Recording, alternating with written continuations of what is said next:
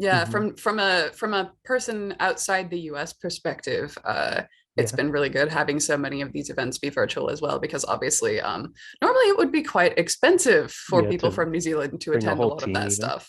Hmm. Yeah. I've talked to people in Brazil and Romania, I think yesterday, someone in Amsterdam. Oh It's wow. cool to be able to talk to people like everywhere and see their perspective on gaming too and how everything's Mm. different for them.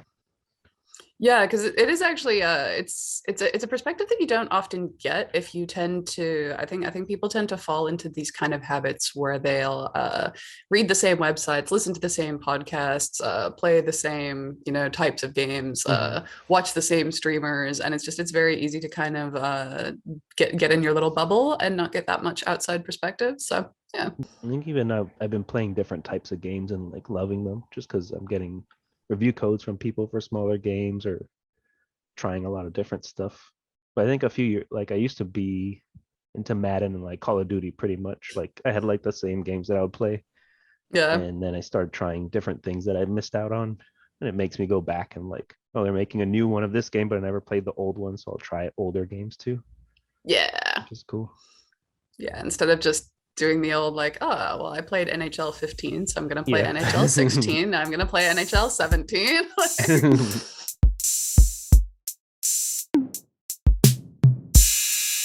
I guess people probably ask a lot where the name Dinosaur Polo Club came from. It's just a fun name. But it's actually it's a fun one to talk about because it's an easy one that I know the answer to. So being asked questions that you know the answer to is always good, regardless of whether it's something that you've been asked before.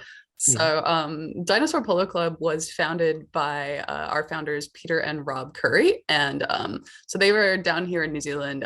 They started our first game, Mini Metro, as part of the 2014, I believe it was. Ludum Dare game jam, Hmm. and it ended up being quite successful once they released it. Quite successful for an indie game made in 48 hours. Like it's there are different tiers of success, but it was enough that it convinced them that they should flesh it out, release it as a full game, and of course, in order to do that, you need a company and you need a Yeah. studio and you need a logo and all those things. And there's this old bar called the Bangalore Polo Club that is here in Wellington. That Hmm. it's on one of the major streets here, and used to walk past it all the time.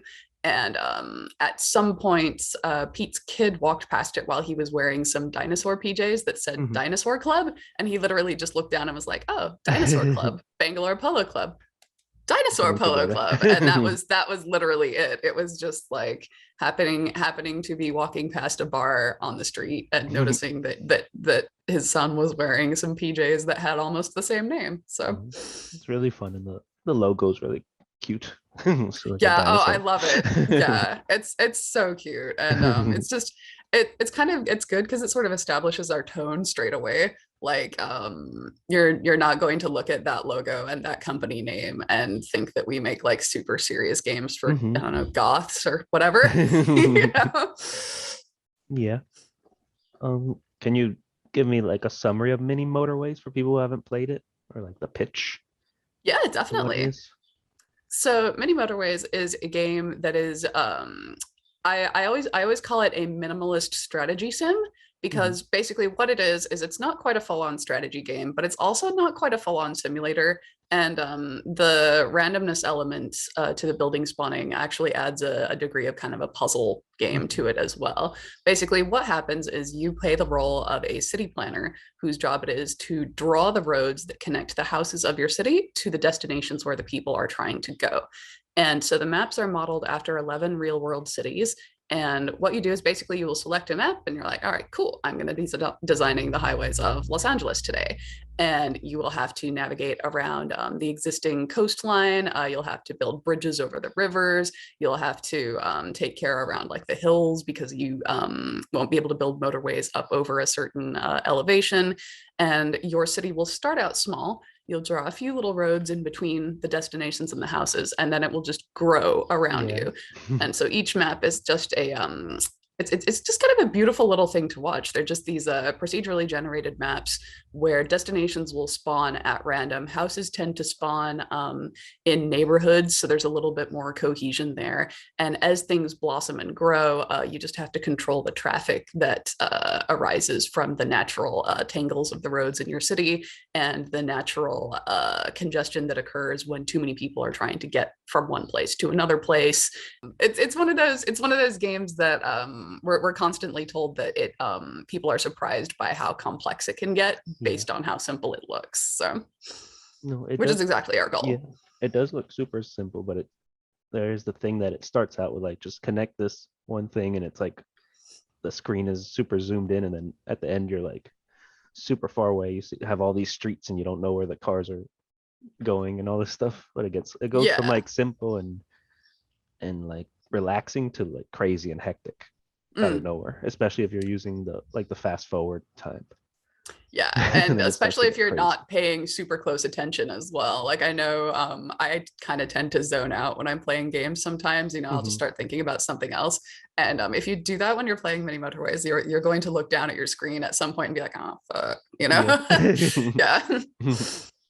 And something that's really cool is I got to play it on PC and then also on PC and Mac.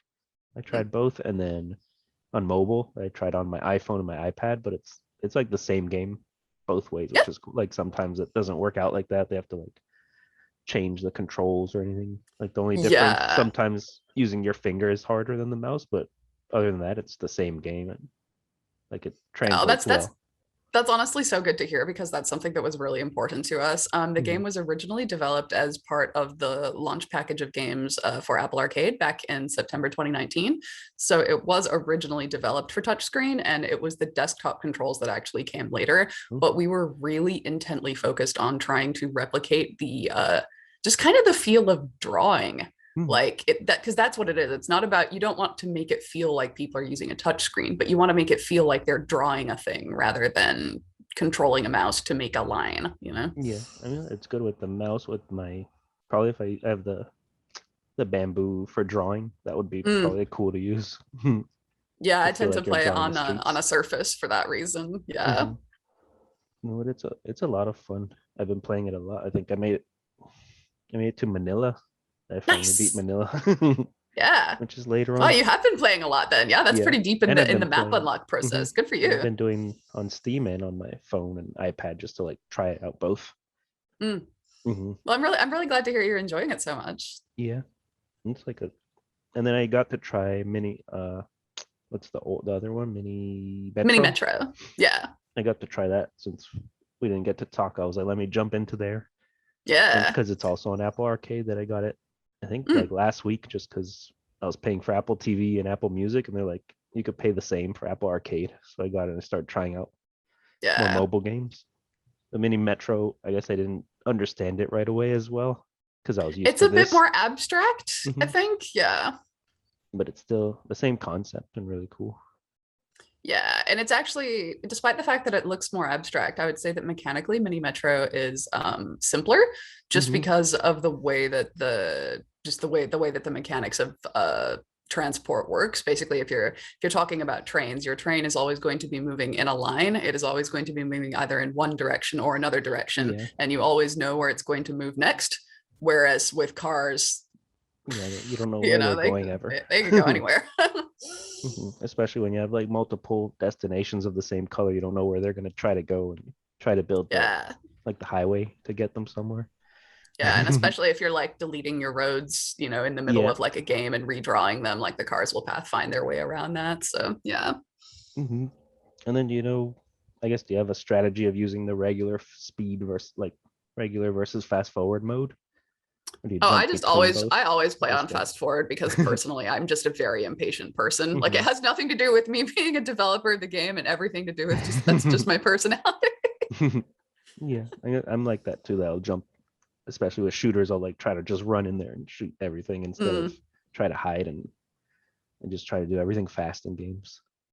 yeah, like there was a time in my life where I was I did my best to get like, like a no kill S run on like every mission in Metal Gear, and Mhm. I'm not that person anymore. I'm a punch man now. I Yeah. guess something changed when I became an adult.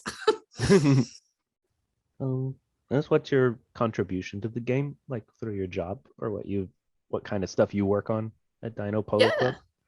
Yeah, totally. So officially, my title is Community and Engagement Manager, which for those who might not be super familiar with like specific titles in the games industry, Community Manager is a role that can be so many different things because Hmm. every studio kind of uses their community manager differently. So specifically, what I do apart from the social media and marketing is I implemented and designed the beta testing program and work with the design team and the tech team and the art team to implement feedback from testers as well as from the wider community. I do a lot of work with obviously with media outreach, and I also handle our community outreach for things like working with some of the charities that we work with, working with the IGDA Foundation for the mentorship program that we support. So it's a lot of game stuff, but then there's also a lot of just studio stuff as Hmm. well. And it's great, honestly. It's a super varied role, and the nice thing about working in community in particular is that you get to work with every department in the company, and you get to work Yeah. on every part of the game.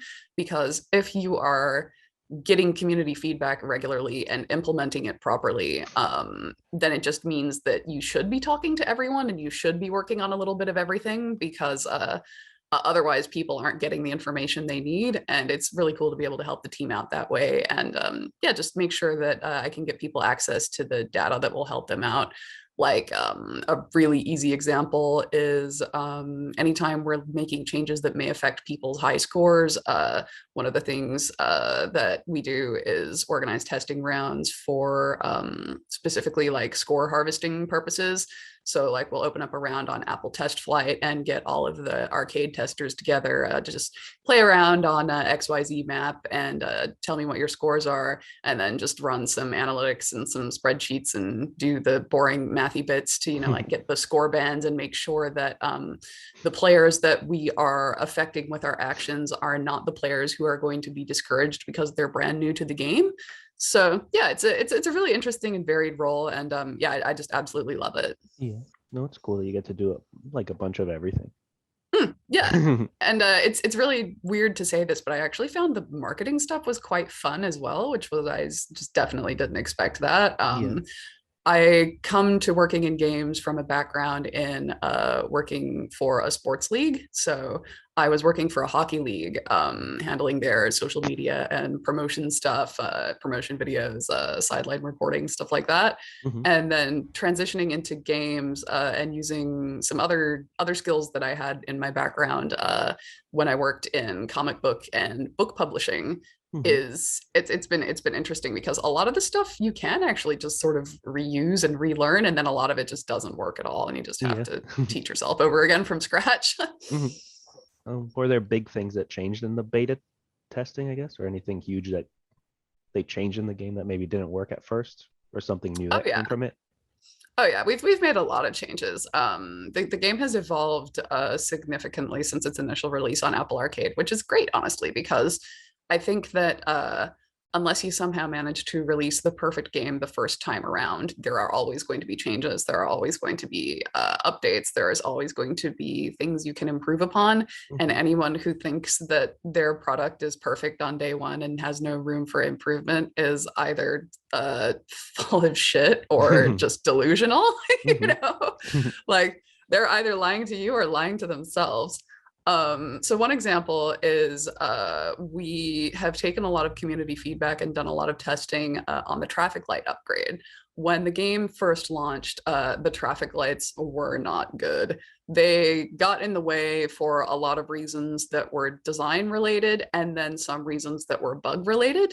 Hmm. So one of the prominent bugs that ended up coming out that took us a while to fix, actually, just because we hadn't really thought about it, was the game was treating intersections differently depending on whether they were intersections with 4 roads versus intersections with 3 roads. Oh. And according to the actual traffic simulation engine, an intersection is just supposed to be an intersection. But at some point, something had gotten altered in a way that was causing 3-way intersections to not perform the same way as 4-way intersections. And because people tend to put traffic lights only on 4-way intersections, it basically meant that people were only putting traffic lights on intersections that were already performing worse, and the traffic lights weren't good enough to make up for that. And so everyone who played the game, what it looked like, rather than 3-way intersections are bugged so that they're accidentally good, what it looked like is, what is wrong with traffic lights? Every time I put a traffic light on a 4-way stop, it's horrible. And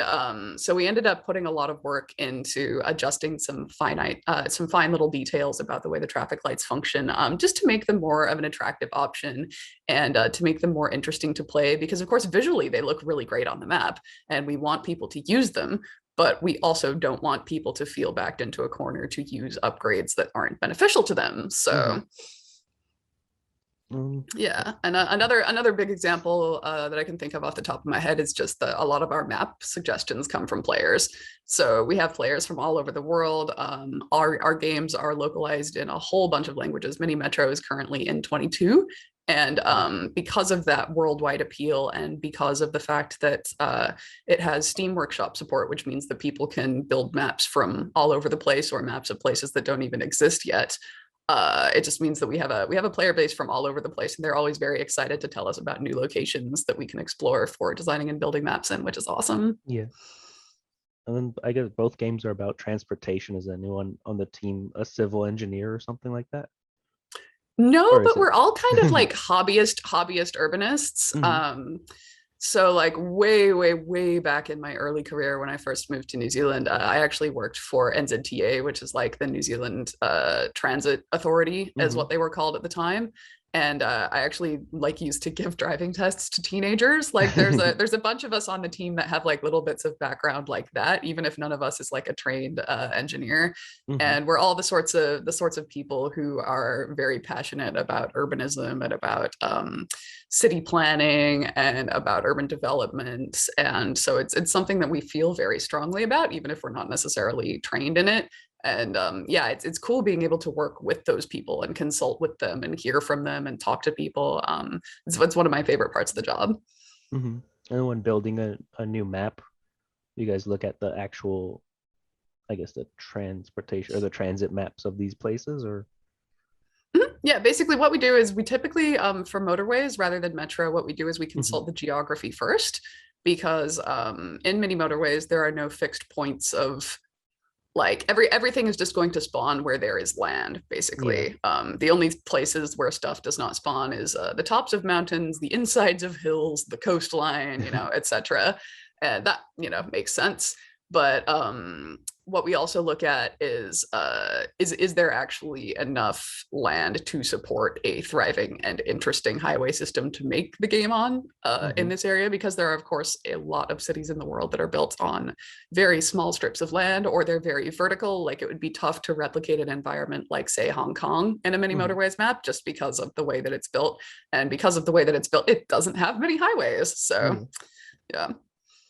And the music and the sounds of the game, they're really relaxing, and even when it's like going crazy, you're still like, oh, this music is nice, and it doesn't make you freak out like other games, I guess, like trying to beat a hard boss in a game when everything gets super intense and stuff. You're just like, I guess I'm gonna lose now. Oh.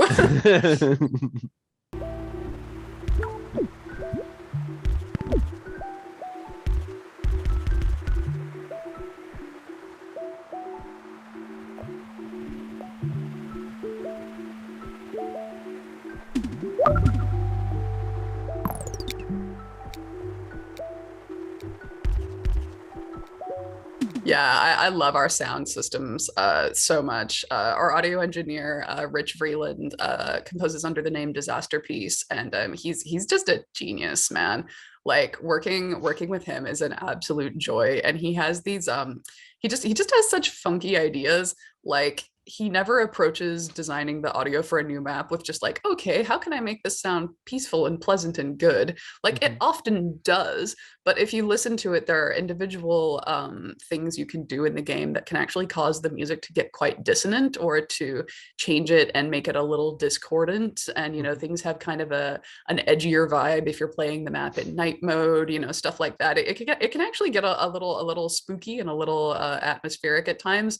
And honestly, that's great because it's just it keeps things from getting boring. And the fact that there's no actual music and it's all just a series of procedurally generated sound effects that makes a new soundscape every time is just it's one of the things about the game that is the coolest part of it. It's a different experience every time, and it makes your city feel alive to hear it. Mhm. That's cool because you could play the same map over and over, but you're gonna get Mm, a different experience, and like yeah, you can have your favorite maps that you play and just keep playing it. exactly. Mhm. Um, is there a next game you guys are working on? Is it gonna be more transit related or Ooh, or something interesting different? question. We do actually have a third title in the early pre-production exploration phase at the moment. So what we do is we have some core ethical pillars here at the studio that are very important to us about how we design and explore new ideas and also how we implement them. Mhm. So it's very important to us that we don't put too much pressure on the team or encourage crunch or anything like that just because we're working on new ideas. And we put a lot of time and thought into our production timetable to make sure that we can support the games we have to the level that our player base wants them supported, while also still playing around and enjoying new stuff sometimes. And so that just means our pre-production phase is a little bit slower than other studios, but it's slow and steady wins the race, and it's also just it's more fun to play around a little bit more in the early stages. Mhm. So I can't even say whether or not this is another mini game or if it is something completely new, but it does exist and we are working on it. We have let me see if I can. It's so early in the morning. I don't know if I can count up to like six or seven. I believe we have seven people working on it. Mhm. Although they're not all working on it full time. So yeah. I guess something I thought of while playing the game the other day was if there's a story to it, or if you have a story in your head, kind of like I was thinking, like because it's a world where people are trying to get somewhere within the roads, and construction Hmm. happens super fast, but the time is going in days really fast, and I don't know. Yeah, it's interesting because there isn't really a written narrative component, and we've never tried to make one just Mhm. because I think it's more fun to let players imagine what they're going to imagine in their heads instead. But I do notice that when I play the game, I definitely don't think of the cars as cars. I think of the cars as things that contain people, and I Mhm. I think of the fact that there are people in them, and I picture I am a person trying to get people to where the people are trying to go. I don't go like, oh, this red car needs to get to this red building. I think like, oh, these people in the red car need to get to the red building. So I guess the fact that there are human structures in the game causes you to superimpose a Mhm. human story onto it, which is really cool. Yeah, I think the other day I was thinking, like, what if they're Uber Eats drivers or just delivery people, and they're all going to their facilities and Mm. delivering stuff, or pick because there's like a package element or something that they're picking up, kind of. Yeah, there's been a lot of people chatting on social media and stuff about like what exactly are these deliveries that all these people are trying to make. And Mhm. I think I can't remember who it was. It might have been me. I don't know. My brain is full of soup this early in the morning. But the I think I said at one point that every single pin that is being delivered is actually a person trying to put their dog in the car and drive it to the destination so they could give it a walk. Like that's all it is. They're just going around picking up and dropping off all these dogs, and every building is actually just a big indoor dog park. Yeah, Yep, that it works. can I be guess anything. I just thought it could be like, since they're just driving from their house there and back, it could be like a no contact Oh yeah, COVID delivery system or yeah, pickup system kind of thing. They're just yeah. going to Dropping pick up off their some like COVID groceries, or COVID burgers. yeah. And you didn't grow up in New Zealand? You moved out there at some point? Yeah, definitely. You can tell from my accent, eh? Yeah, I was born and raised in California, and Hmm. I moved to New Zealand in 2007, 2008. So I've been Cool. here for a decent chunk of time now, just about Yeah, half my life. So yeah. and I guess. Well, growing up in California, were you playing games as a kid always, or have you always been a gamer? Or So was it like sort of later on? kinda it's an interesting question for me because I had a kind of unique upbringing for people who were raised in America in the 90s, I think. Hmm. I grew up in a very small town, like deep in the woods. And for a large part of my childhood, we didn't actually have like a TV or anything like that. We were just I was just one of those kids that was just like running around in the forest all day like a weird little Sasquatch or something. And but I remember this is gonna make me sound like I'm such an old-timey peasant, like, I remember the time of the first boy in the village who acquired a Nintendo, you know? But I remember when this kid who lived across the street from me got a Sega Genesis, and just the concept of that just absolutely blew my mind. Mhm. And I did never have one in my home. And other than like playing arcade games at our town's one restaurant, I didn't have much experience with games at all. And so being able to see that there were these games that people just had in their houses, they could play at any time, and you could just swap out the cartridges and play anything, was very exciting to me. And then when I first got into gaming, I originally started with really old PC games because the very first gaming device I had access to was a PC that was like already 15 years out of date by the time I acquired it. Mhm. And so I played a lot of like the old like LucasArts games, like Maniac Mansion, stuff like that. Yeah, so it was kind of an atypical path towards getting into games. And I always joke that I sort of discovered games like in backwards order, like I sort of play them like Benjamin Button or something. Like, yeah, I don't know. I played a lot of really old games first just because of the technology that I had access to. And then like maybe by like 2025, I'll finally play like Death Stranding, you know, like I'll Mhm. get there. And I guess what's different in New Zealand from where you grew up, other than I guess now you're still in a small town, right? But it's probably a bigger town, Well, I'm Wellington. actually in New Zealand's capital city now. Oh. Wellington is the capital of the country. Has a population of, oh gosh, I don't actually know, maybe probably between like 300 and 400,000 people. Okay. So it's not huge by world city standards by any means, but the town that I grew up in had a population of 864, so Oh. it's a pretty big difference for Hmm. me. Um, yeah, and I love it. It's actually very similar to like climate and geography and geology and culture wise. It's not that different to where I grew up. But the thing that I think I like the most about living in New Zealand is just the fact that it's just got a different kind of more relaxed vibe overall. Like the people here are very chill, and the business environment here is very chill, and Hmm. the work culture is very chill, which is cool because like when you think about jobs in video games, you typically don't think about people being like, yes, I work in a really relaxed environment where Yeah. sometimes we all go down to the beach and go for a swim at the end of the day. And like there's you think of like a lot of like, I don't know, type A personality guys with beards yelling instructions through their, you know, glass doorway at their like peons on the floor below or whatever. And yeah, I've never really had any jobs in New Zealand that were like that. It's a much more chill environment here. And I think because the game developing community here is a little bit smaller than it is in a lot of places, Mhm. there's just a lot of collaboration and communication, and everyone works together, which is quite nice. Yeah. I was gonna ask you about that, about the game development scene there, if there's like a good Mm. community and game jams, and like if you guys share, maybe you guys test each other games or Oh yeah, talk to each other yeah. about what you're working on. Yeah, there's a bunch of studios here in Wellington that are kind of like we're just like buds. We get together, we play each other's games, we hang Mhm. out, we go for like lunches together. everyone knows everyone who either works there or used to work there, because like we all just kind of tend to swap team members around, like when people move between projects and stuff. Hmm. And it's really great because it just means that there's that extra community expertise that you can call on if there's something you don't know or something you're trying to find out or something you'd like to hear more about. And people are very open and willing to share that information, because at the end of the day, we're all just wanting the scene here to get bigger. We're all just wanting to grow our industry and make sure that it can grow sustainably to provide good jobs and good working conditions for people. Hmm.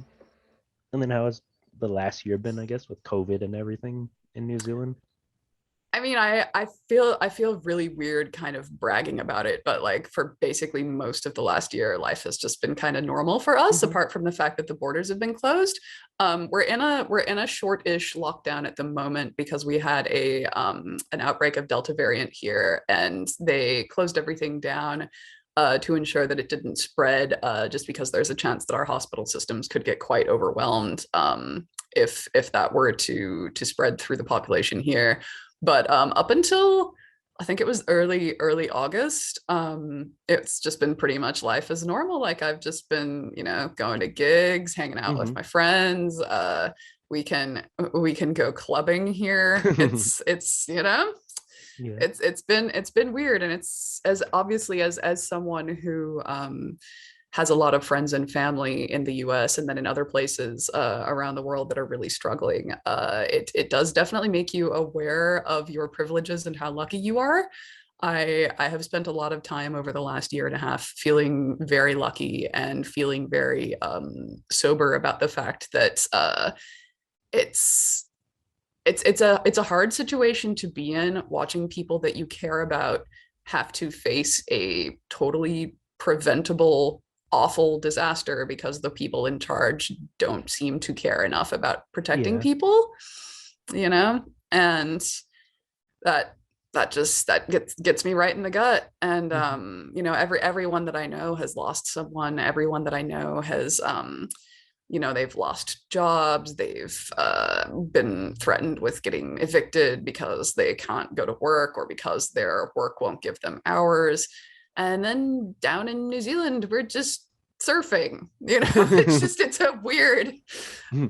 a weird juxtaposition, and it kind of gives you a little bit of a feeling of, you're like Nero playing his fiddle while Rome burns or something. But Hmm.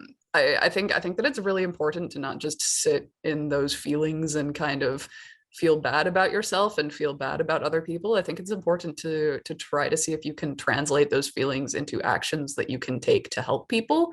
And one of the things that I really love about working at this job in particular is the fact that because Many Motorways has been quite successful, we've been able to employ a few more people, hire a few more contractors, give people work who are looking for it, and just kind of look out for each other a little bit Hmm. more. And that's really important to us, and it's really important to me on a personal level. So Yeah. No, it's been more of a shit show over here with everything. yeah, yeah, man. Like all of my family in Utah and Texas have just been like, cool, this is where we're at now. And it's just, yeah, like what do you even where do you even start? I think Hmm. it's going to be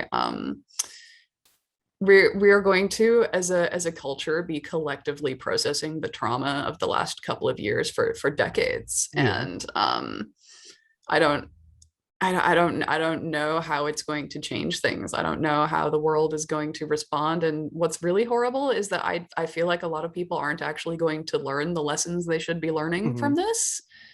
And that sucks, because those people who refuse to learn those lessons tend to be the people who are in charge of making the big decisions. Yeah. And So they ruin it for everyone later, make a nice exactly. comeback. Yeah. Yeah. It's been a weird time. Yeah. How have you been holding up? Is everything all right for you? Yeah, I've been good. I've been, well, for like, I started dating my girlfriend in January last year, right before everything Oh happened. no. So then we were like locked up most of the time, and we would, after a while we're like, okay, we can go to dinner to like outside places on a weekday, like on a Tuesday, because no one's there and we'll feel safe. Mm. We weren't doing much on weekends. Um and then there was like around Thanksgiving, I think we went grocery shopping together or something to get stuff for Thanksgiving. Like this is like the first time we do something normal. Like all the Oh, normal things we were doing felt like exciting cool because we date hadn't done them. things. Yeah, because Yeah. we hadn't done them before. They went to the post office to get stamps for something. Or like, this feels this feels like cool because we haven't done anything like this. Oh, that's adorable though. Mhm. And I mean, But like, if she was into it also, then hey, like, yeah, yeah, just and we turn it figured into a. out like we played Overcooked and all these games together that she wasn't really into games maybe when she was a kid or because with her sisters. I think she said she used to play Grand Theft Auto and stuff. But we started playing like I started finding more co-op games to play with her. Oh, nice. I Hmm. love the idea of like someone who doesn't game enough, but like they play GTA. Like that's a Yeah. very funny mental image to me. But I mean, I guess it is a huge game, so it totally makes sense. But yeah. Yeah. So it hasn't been like super bad, but it's still like every once in a while you think like that's weird. We can't do these normal things that we used to do anymore. Yeah, it's definitely sobering. My mom back in the US is actually an end of life care nurse Hmm. who works in hospice, and hearing some of the stuff that comes out of her workplace is just yeah, it's interesting times, and I want so badly for everyone around the world to be able to experience life the way we've been experiencing it for the last Hmm. year. And that's why it does my head in when like the politicians down here like complain about the fact that like they don't think that New Zealanders are getting vaccinated fast enough or whatever. And it's like, okay, technically, I guess we're not getting vaccinated as fast as like other countries are because like we haven't been ordering huge amounts of the vaccine because it's going to countries that need it way more than us. Yeah. Like, if you're living in a place where the majority of your people have just been getting by perfectly fine for the last 18 months, then like I have no issue with countries like, India getting to buy the vaccine Hmm. instead of us because like how could you possibly look at the situation in the world and think that we need it more than them, you Yeah. know? Especially these places that are like really crowded too, that they Yeah, definitely or need it like more. places where the difference between like one dose of the vaccine and none is like enough to, prevent a huge outbreak starting in like a school or something. Yeah. That's been a huge problem in a lot of countries, is just people letting their kids get sick, and it's just fucking wild, man. Hmm. Yeah, Yeah. It's it's just weird. crazy. It really is, and I don't know. I think that like as game developers, we're in a really interesting in an interesting situation because not many people can say that they work in an industry where things are going great and people are buying more of the thing that they Yeah. make. It's an interesting position to be in. Like my husband is an audiovisual engineer for big like events at like stadiums and stuff. Oh. So pretty much his whole industry is Hmm. gone at the moment. And there are way more jobs like that where everything just dried up overnight than there are jobs like mine where it's like, oh yeah, people are actually buying 3 times as much of the stuff that we Yeah. make than they typically do. Hmm. They keep saying, oh, we're gonna open everything back up, and then it just becomes a huge disaster. So Yeah. who knows? I was gonna go to WWE next week. Like I haven't been in forever, but I was like, it's gonna be the first big thing I do with some friends because they really like wrestling and I used to like wrestling and I could get tickets through a friend that works Oh, at the nice. arena. Yeah. But now it's next week, I think, or this week. But I'm like, I don't know if I want to go anymore because it's all getting worse here.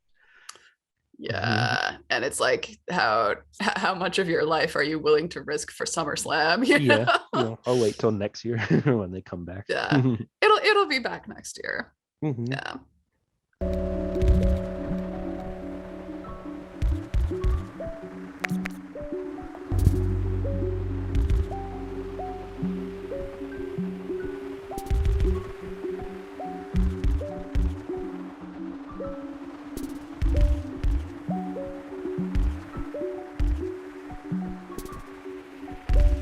I wanted to ask you more about yourself. I saw that you're a writer and like you do a bunch of stuff.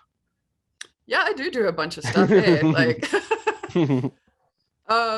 yeah, so I am an author of science fiction, fantasy, and horror. I write short fiction, novels, just kind of the whole shebang. I've had some poetry published.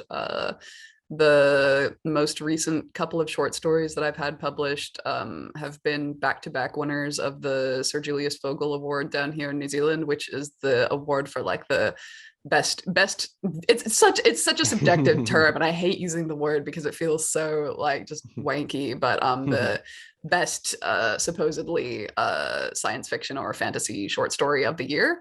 So yeah, so it's pretty cool. I won it this year and last year, and now I never have to write another story ever again, right? Because Yeah, because you wrote the best one 2 years in a row. yeah, exactly. I'm That's really done cool. now. Yeah. And so Um, it's quite funny to be like not involved in writing for the game like at all for many motorways, but that's fine because I like being able to use different parts of my brain and do different things, and I get plenty of other writing opportunities and plenty of other writing stuff. I just did my first flavor text deck for Magic the Gathering this year, so that's going to be coming out mm, sometime next year, which will be cool. So mhm, yeah, got a lot going on. that's really cool. And then I guess what did you study, right? Like more writing or something? I barely graduated high school. Oh, I didn't study shit. you just learned everything on your own. I just yeah, Google University, man. Hmm. Like it was just yeah, I always intended to go to school, and that's what I moved to New Zealand to do. But the year that I moved down here, so I moved down here to study geology, Oh. actually. Right, totally makes sense for the career field that I work in. And when I moved down here, like the year that I moved here, the government changed the law about immigrants being able to get student loans. And so before you could get a student loan as an immigrant, it was just that like it had a pretty high interest rate, and that was fine. I was prepared for that. I grew up in America, whatever. Interest Hmm. rates are our bread and butter, like we're used to that. But yeah, so suddenly they were like, yeah, you can still study, but like you just have to pay the full cost out of pocket. And also you're paying like international tuition instead of like the usual tuition rate. And I was like, oh, cool. I don't just have like $30,000 sitting around. So I'll get a job and work for a bit. And I guess I'll like save up to pay for my tuition that way. And then by the time I had saved up enough to potentially look at enrolling in university again, literally like 2 years later, they changed the law to say that now you have to be a permanent resident for 2 years rather than just being a permanent resident full stop. So I was like, well, okay, I'll wait 2 more years. And then by that point, I've waited 5 years, and like the time rolls around, and it's like, oh, I actually have a pretty good career now, and Yeah. I don't actually need to study geology to get a job now. So Hmm. I mean, kind of wonder what if sometimes like it would be pretty cool to be working in Antarctica right now, but like I'm pretty happy with where I'm at too. Yeah. So You're doing a bunch of cool stuff. yeah, exactly. Hmm. Life could definitely be worse. Yeah. And then I guess what are your influences for your maybe your writing and everything else? Ooh, that's a good one. I'm kind of an art history nerd, and I am inspired a lot by kind of older classical artworks. I'm a big fan of like William Blake, stuff like that. I'm a big fan of like old classic horror, and kind of the old like proto horror stories that eventually became kind of the mainstays of the genre, like Shirley Jackson's Haunting of Hill House. Oh, I read that uh after watching the show. I was like, I wonder, but it was cool to see because it was a totally different story with like little mm, things. So it's cool to see the source material, how they changed it and everything.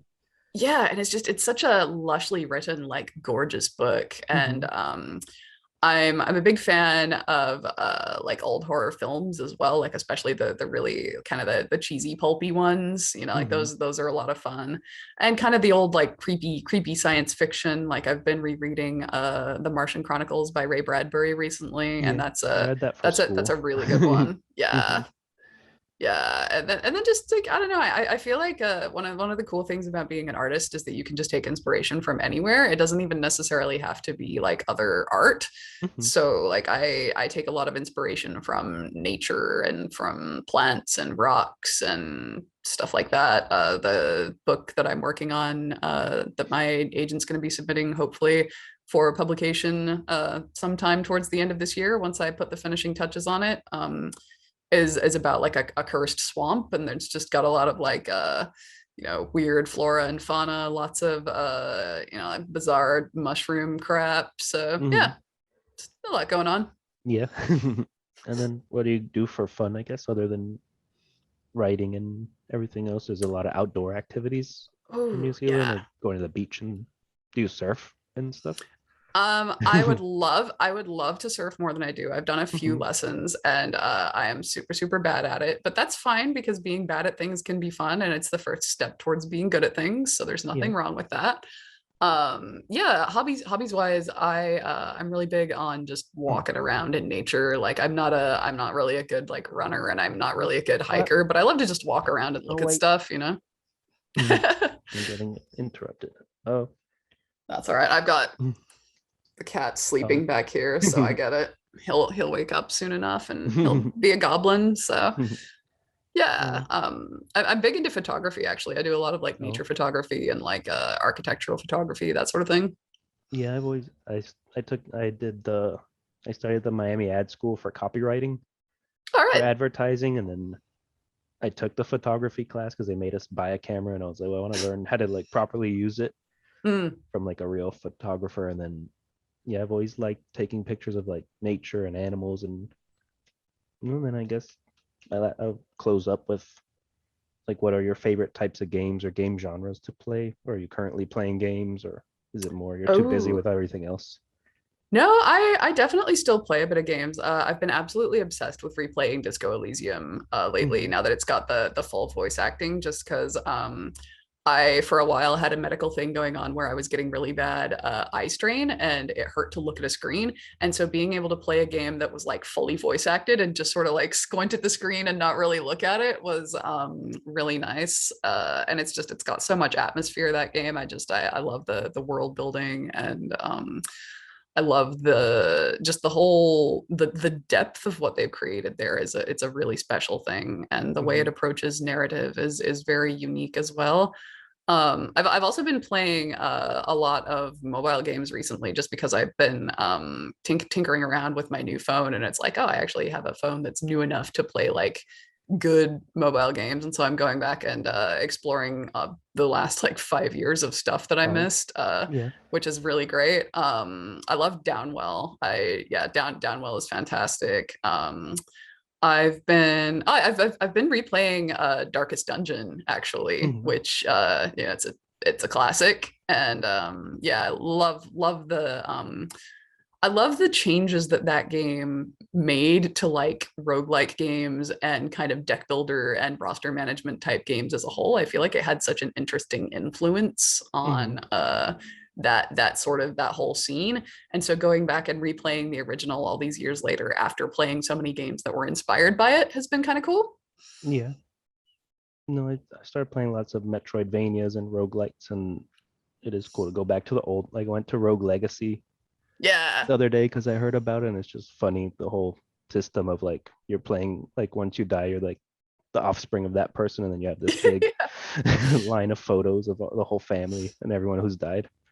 Yeah, exactly. But then you Yeah, can no, like I it. love that stuff. It feels like a little old, but you can feel all the influence from like the new Yeah. games while you're playing it, which is cool. Hmm. Oh, oh, well, thanks for doing this. Thanks for talking to me. Yeah, absolutely. Anytime. I had a blast. Yeah. No, and I look forward to the third game from Dino Polo Club whenever that comes out. Yeah, oh, I'm very excited Or to one when it's day be able to announced. talk about it, you know. Hmm. That's the whole thing with this industry, is that like anytime you're working on something cool, someone is like, "Here, let me make you sign this document and pay you for your silence." And it's like, "Well, Yeah. that's fair." Like And it's for like a we few have to. years. Yeah, yeah, yeah. Like I'm working on like three separate things at the moment that are all like so cool, and they're all stuff that I can't tell anyone about, and it's just I'm dying inside, but Yeah. that's all right. They'll come out when they come out, and they'll be great, and it'll be better if they come out as a surprise to people. So Hmm. I will I will continue to keep my mouth shut, but promise people that there are cool things on the horizon. Yeah. Well, we'll have an awesome day. I will. Since you're just starting your day. I am. I'm just waking up and getting at it, but that's all right because I mean, like when you're in lockdown, it's fun to talk to people from all over the place, and you know, it's shaping up to be a gorgeous spring day here. I might go out for a walk along the beach, so Hmm. it's not all bad. Yeah. Is the beach nearby? Like you could just walk there, or you drive to the beach? But Mhm. so with our lockdown, we're not supposed to go anywhere that's not like walking distance from our Okay. house, just because they're trying to minimize the potential for like car accidents, having to use emergency services, having to Yeah. use hospitals and that sort of thing. And so the street that I live on, actually, if you step like out my front door and walk down the road, you'll end up in the harbor within a few blocks. Hmm. So yeah, that's That's cool. nice. Hmm. Yeah. Yeah, All right. Wellington is a very small city. Like the actual downtown is very, very compact. So Hmm. yeah. And you guys are all remote now since it's a lockdown. Yeah. Hmm. Okay. Well, thank you so much. It was really nice meeting you and talking to Yeah, you. it was lovely talking to you. Hmm. And I'm glad we finally actually got to do it Yeah. despite the forces of planet Earth. Yeah, I was scared with the rain today that the power would go out again, but we were good. Oh, We that's made it. good. Hmm. Yeah. We got there in the end. Yeah. All right. Thanks. All right. Well, you enjoy the rest of your, I guess, evening? Yeah. Yeah.